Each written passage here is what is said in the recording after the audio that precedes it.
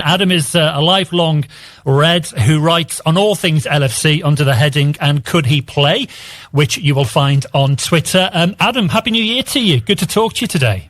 Yeah, Happy New Year, Paul. Thanks so much for having me on. It's always a pleasure, and I think as we begin the new year, it's a good time to just take stock as to where Liverpool are right now as we enter this first weekend of the new year. Clearly top of the Premier League, Adam. But of course, possibly a difficult month coming up now with numerous injuries to the squad. And of course, significantly, Mo Salah and also Wataru Endo both away at the African Cup of Nations. Yeah, it's an interesting period. I mean, in a lot of ways, we're lucky in so much as there are only, I think, 2 league games left in the month. Which I think confuses people because Liverpool are playing quite a lot, but actually it's only 2 league games. So it depending on where your list of priorities sits, it's maybe not the worst time to be missing players. If you, like I am, if you've got a big circle around the Premier League title as being your objective, then there are certainly worse times we could have been missing these players. Absolutely. And I know that Wataru Endo has said that he's confident that Liverpool will do okay with both himself and Mo Salah away. He refers, of course, to the fact that Alexis McAllister is now back from injury. And ultimately, McAllister's injury has meant that Endo has had to be a key player in Liverpool's recent games. Yeah, I think in a lot of ways, Endo is a bit of a case study in why we all need to just take a breath when players don't necessarily look like world beaters the second they arrive, because there was certainly an air of disappointment among Liverpool fans after we missed out on Caicedo and then Lavia. And when Endo arrived, people sort of shrugged the shoulders a little bit, if not were actively disappointed. And when he first played a couple of games, he did look like he wasn't quite at the pace of the Premier League. But we've seen in the past sort of 4 or 5 games he's played just how important he is and just how good a player he is now that he's kind of got his feet under the table and figured out how we're going to play. And you could offer me the 100 million to buy Caicedo or stick with Endo, and I'm sticking with Endo based on how the two of them have played so far this season. It's interesting that you say that, because I've seen some analysts refer to Wataru Endo as being Liverpool's most impressive signing last summer, above the likes of Szoboszlai, McAllister and also Gravenberch, saying that he was the most impressive signing, as I say, from last summer. Would you go along with that? I think pound for pound, there's definitely that argument. I do think that McAllister was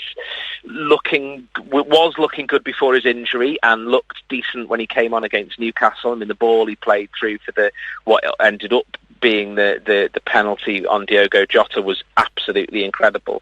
But I think he's going to take a little bit of time learning what the manager wants from him. So and the same with Gravenberch, really. I think Gravenberch it looks like he could be a great player.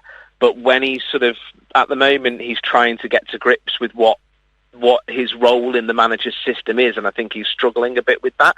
Whereas Endo kind of has figured it out and has really established himself as an important player for us. And I think with Endo as well, he also, as you say, he understands his capabilities, doesn't he? And there's no ego to his play. No, he really is, just a player who's come in and realised that the way Jurgen Klopp teams work at their best is when everybody knows the system and fits into the system, and it isn't about having one player that's more important than the others. And look, obviously there are players that are always going to put themselves above the others just on account of being world class, and I think that's what we've got with Alisson Becker in goal. I think we've got it with Virgil van Dijk, and I think we've got it with Mo Salah. But players that fit the system and work in the system are vital to how a Jurgen Klopp team achieves success. And Endo has clearly understood that and just said, well, I can absolutely play this system and I can do exactly what you want from me. And it's been great to watch. So we'll see what develops this month without Mo Salah and Endo. It's interesting, of course, because Jurgen Klopp wishes them both well personally, but clearly would love them to come back quite quickly, because I believe that if their national teams were to progress to the latter stages of the African Cup of Nations, then Klopp could be without those two until mid-February. Yeah, I mean, obviously Endo's in the Asian Cup as opposed to AFCON, but yeah, it's still the same thing, I think, and the likelihood is that Endo will be the one that probably goes further. The Egypt team isn't particularly great beyond Mo Salah, so it's not an outrageous thing to think that they might get knocked out in the group stages or the early rounds of the knockouts. Which, from a Liverpool point of view, if that happened, it would mean we had him back for Arsenal and Chelsea, I think, which are those two big league games. And neither, I'm not gonna say I'd be overly disappointed if I'd ended up coming home earlier than the final would be. I just wanted to talk to you, Adam, about Darwin Núñez, because I know you've written about Darwin Núñez this week and about his contribution to the team. Do you think it is unfair to judge Núñez right now solely on the lack of goals scored in recent games? Yeah, 100% it is. And I saw a really good comparison, or heard a really good comparison, I should say, on a podcast where somebody was making the comparison to Didier Drogba, because Drogba, I think, only had, I think I'm right in saying he only had 2 seasons or maybe 3 seasons where he scored more than 20 goals, but I don't think anybody who watched Didier Drogba play for Chelsea would say that he didn't contribute to the team or that he wasn't a very good player. He would be considered to be one of the best strikers that the Premier League's seen, because of how much he did in terms of occupying defenders, creating space for others. He was always a menace, and that's what we're seeing from Darwin. He is a player who, yeah, absolutely, we would all love his goal scoring to go up, and that could be the difference between Liverpool winning trophies and not winning trophies come the end of the season if he's able to start finishing chances. But I'm still more than happy with what he's offering this Liverpool team, because the defenders can't leave him alone. He's always in the action, and if that's the case, then there's space for Diogo Jota, there's space for Mo Salah, there's space for the other players that we've got that are putting the ball in the back of the net on a more consistent basis. And I think it's one of those where you kind of have to say, well, yeah, okay, we're not getting goals out of him as much as we'd like, but I think we look like a worse team when he's not in it. And of course, there is a good connection as well between Darwin Núñez and Mo Salah. The way they see each other and the way they assist each other as well. Yeah, there was a stat from Andrew Beasley that they, in the last X number of games, I can't remember exactly what it is, but the last X number of games, they've created goals for each other more than Mo Salah and Firmino did in, I think, maybe Firmino's last 5 seasons at the club or something. Obviously it's base tuned to red on Twitter, and that's where you'd see the exact stat. But it's a startling stat when you look at it, because you would think of Firmino and Salah as being the ultimate, kind of part of that ultimate Liverpool 3. But actually, statistically, Darwin and Mo are working a lot better together than they did. And just for the record as well, just to clarify, for those who may not be aware, Darwin Núñez has scored 7 goals for Liverpool this season, but he's failed to find the net in any of the last 10 or so club appearances. Last season, he scored 15 goals for Liverpool as well, on his return to England, or on his first campaign in England, rather, after coming from Benfica. So you can understand, can't you, why people are looking for goals from Darwin Núñez. There's a quote here from Pep Lijnders, the Liverpool assistant manager. He said the other week, he says, "I feel Darwin is playing a much better season this season than he did last year. The way he defends for the team, how he controls the centre, and at the same time puts pressure, the way he chases back and his counter press as well." So as you say, it's only that fact that he can't quite find the back of the net, but as the second part of the season continues, maybe that'll change. Yeah, and I think it will, because certainly in terms of the expected goals, they're really high for him. I'm always amused when people talk about one player without giving credit to any other player. And what I mean by that is that when we played Newcastle, Darwin, if Darwin had walked off with the match ball without really doing anything different in his game, everyone would be saying what a fantastic performance it was. But Dubravka in the Newcastle goal was pretty much their man of the match. He was incredible, and he had a number of big saves. But people don't give credit to the goalkeeper for doing the saves. They criticise the striker for not scoring the goals, and I think sometimes that's a little bit unfair. And in terms of what Pep Lijnders said, I agree. If you sit and watch a Liverpool match from last season in which Darwin, even where he scored the goals, and sit and watch one this season where he hasn't, the performances are like night and day, and I very much prefer the one from this season because he's doing all of those things that you want a Liverpool player to do. He's pressing, he's closing down, he's shutting down the spaces, he's doing everything that you want from a player in a Jurgen Klopp team, which he wasn't last season. And that, I think, as we were talking about with Endo and the system, doing those things matters more in the Jurgen Klopp system than scoring goals. But I think, the goals are always the thing that people want, especially from a striker. So it's a really simplistic way to look at it and say, oh, he's not scoring goals, that's not good enough. And I think that's just maybe not that helpful. No, that's a good point. Really good point. Well made. I'm going to get your thoughts on the threat posed by Arsenal in a minute or two. But first, I just wanted to get your reaction to Monday night's 4-2 win over Newcastle United. Klopp referred to a sensational performance from his team on the night. How did you rate that performance against Newcastle? And is there still room for improvement, do you think, within this squad? Well, I think sensational was a really good word for it. I'd use one that's maybe a little bit more old-fashioned. It was a shellacking, I thought, Paul.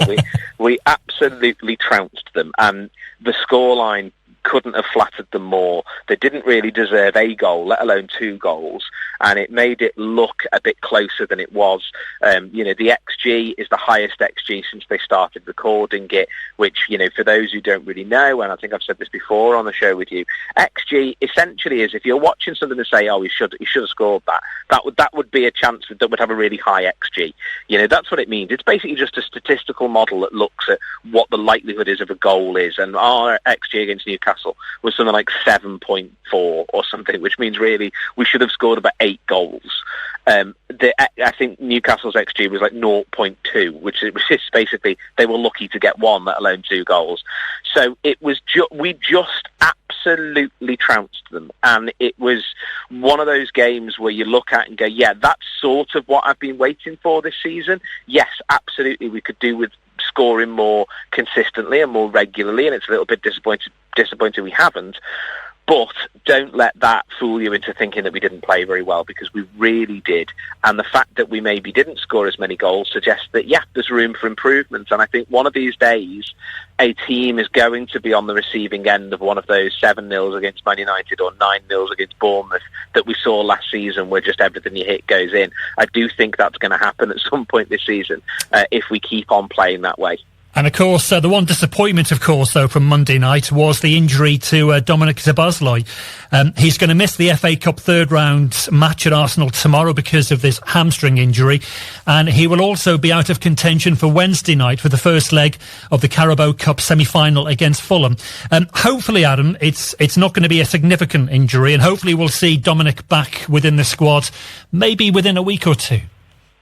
Yeah, look, it is disappointing. Obviously, you don't like to see any player get injured, but as I said, when you first started talking to me, I think there is an argument that if people are going to get an injury, now's the time to have it, because the likelihood is that he'll be back by the next league game, and also such is the nature of the way that Szoboszlai plays.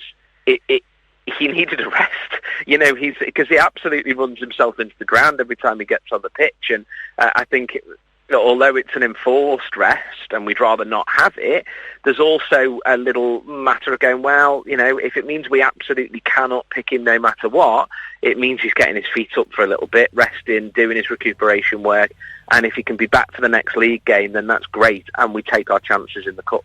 And so our attention tomorrow does turn to the Cup, and a really mouth-watering clash, of course, away at Arsenal at 4:30 tomorrow. And I guess as well, Adam, this is going to be an opportunity now to start players such as Diogo Jota, Cody Gakpo, and also Harvey Elliott as well. And Klopp has said himself that players who are on the bench for tomorrow, they're going to have a really significant part to play when they're brought onto the pitch. Yeah, I think it's going to be a really interesting game. I think there are all sorts of things going on, all sorts of bluffs and double bluffs with this, really, because, of course, we go to the Emirates in a few weeks for the league game. And so what you don't want is you don't want Arsenal having, battered the youth team, or the kids or the reserve team, or however you want to phrase it. You don't want them to have won 3 or 4-0 against them, giving themselves all sorts of confidence heading into the league game against them. But at the same time, I think that you could go to Arsenal with a full-strength squad and get beaten. So we want to kind of go, make a good representation of ourselves. Of course, it would be ideal to make it through to the next round, but I would suggest that the semi-final in the League Cup is a little bit more important, and that's just a few days later. So I think we will see changes, and it's a chance for players, as you say, to come in and maybe make a bit of an impression and say to the manager, I am ready, I'm good. The likes of Harvey Elliott, who's played really well this season, but hasn't started a huge amount of games. He can turn around and say, look, start me in the semi-final, start me in the Premier League. I am good enough. I can allow us to cope without Mo Salah for a few weeks. That's what all the things that will be kind of going on behind the scenes, other than just the literal football match that's taking place in front of our eyes. It is a strange one, isn't it, tomorrow as well, because although this is a game that everybody wants to see tomorrow, it's also a game that arguably at this stage of the competition and at this stage of the season, it's a game that neither of these sides really want to play, certainly with the Premier League title the ultimate goal.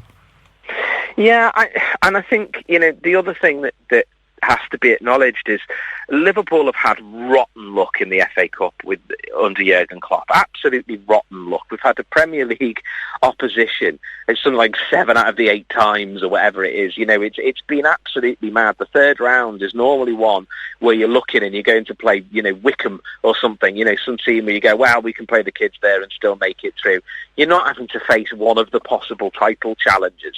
And yet here we are facing Arsenal in a game where it's maybe more about the psychological edge than it is about anything else. That what happens in this game is maybe a chance.